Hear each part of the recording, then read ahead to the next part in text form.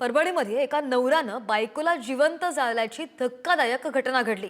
आणखी एका मुलगी जन्माला आली म्हणून नवऱ्यानं हे कृत्य केल्याची माहिती समोर आली आहे। मात्र कौटुंबिक वाद इतक्यापुरता हा विषय संपत नाहीये। समाजामधील काहींची मानसिकता किती विकृत आहे पाहूयात या संदर्भातला हा स्पेशल रिपोर्ट।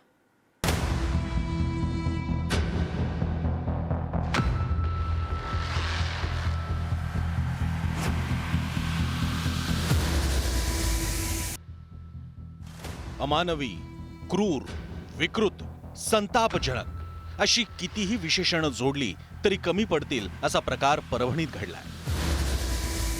पतीनं पेट्रोल टाकून पत्नीला जिवंत जाळलं। कारण काय तर बायकोनं तिसऱ्यांदा मुलीला जन्म दिला। पतीनं पेटवल्यानंतर बिचारी पत्नी जीव वाचवण्यासाठी सैरावैरा पळत होती। हे सगळं अमानुष कृत्य सीसीटीव्ही कॅमेऱ्यात चित्रित झालं। महिलेला परभणी जिल्हा रुग्णालयात दाखल करण्यात आलं। मात्र उपचारादरम्यान या महिलेचा मृत्यू झाल्याची माहिती पोलिसांनी दिली। महिलेस तिचा पती कुंडलिक काळे तिला 3 मुली झालेल्या असल्यामुळे त्या कारणावरून तो तिला त्यापूर्वीही कायम त्रास देत होता, शिवीगाळ करत होता, मारहाण करत होता। याच कारणातून याच मानसिकतेतून त्या दिवशीही त्याने तिला पेट्रोल टाकून पेटवून दिलेलं आहे। परभणी शहरातील गंगाखेड रोड परिसरात अनुसया टॉकीज समोर ही घटना घडली। कुंडलिक काळे आणि मैना काळे असं या दाम्पत्याचं नाव। त्यांना नंदिनी, काजल आणि नंतर सोनी अशा 3 मुली झाल्या।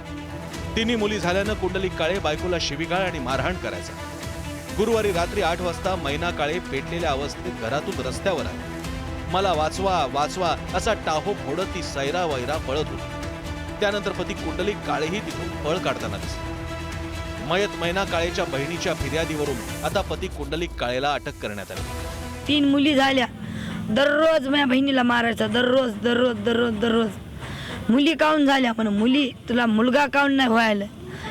ह्या दोन्ही मुली मारून टाक, 3 मुली आपण दुसरा मुलगा पैदा कर। आणि पेट्रोल टाकून दिलं तिच्या अंगावर। 10 लिटर पेट्रोल होतं आणि गॅस होता छोटा तिथं लागलेला।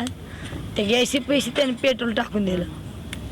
पेट्रोल टाकलं आणि हे लेकरं ते माझ्या बहिणीनं स्वतः बाहेर फेकले दोन्ही बी। नासा झाड उमटला, इथून उडी तिने छलांग मारली, अशी समोर पळाली की ते मला वाचवा वाचवा, आम्ही इथं बसले। दरम्यान परभणीच्या या हत्येनं स्त्री भ्रूण हत्येचा मुद्दाही पुन्हा ऐरणीवर आला।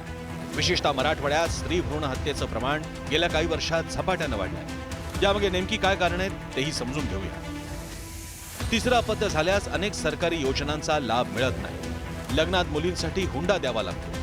त्यामुळे स्त्री भ्रूण हत्येचं प्रमाण महाराष्ट्रात वाढलंय। स्त्री भ्रूण हत्येच्या वाढत्या घटनांमुळे पुरुषांच्या तुलनेत महिलांचं प्रमाण कमी झालंय। महाराष्ट्रात 1000 पुरुषांमागे 929 एवढ्याच महिला आहेत। मराठवाड्यात पुरुष महिला लिंग गुणोत्तर 929 पेक्षाही कमी आहे। परिणामी लग्नासाठी मुली मिळणं अवघड झालं। मुलींचा जन्म होऊ नये किंवा होण्याआधीच भ्रूण हत्या केल्यानं स्त्री पुरुष लिंग गुणोत्तर बिघडलं। त्यामुळे अनेक सामाजिक समस्या निर्माण झाल्या। पत्नीला जाळून तिची हत्या करणाऱ्या कुंडलिक काळेवर कठोर कारवाई होईल। मात्र खरा धोका आहे तो मुलगीच नको या विकृत मानसिकतेचा। ही मानसिकता संपवण्यासाठी गरज आहे ती सामाजिक प्रबोधनाची। अक्षय मुंडेसह विक्रांत शिंदे, पुढारी न्यूज।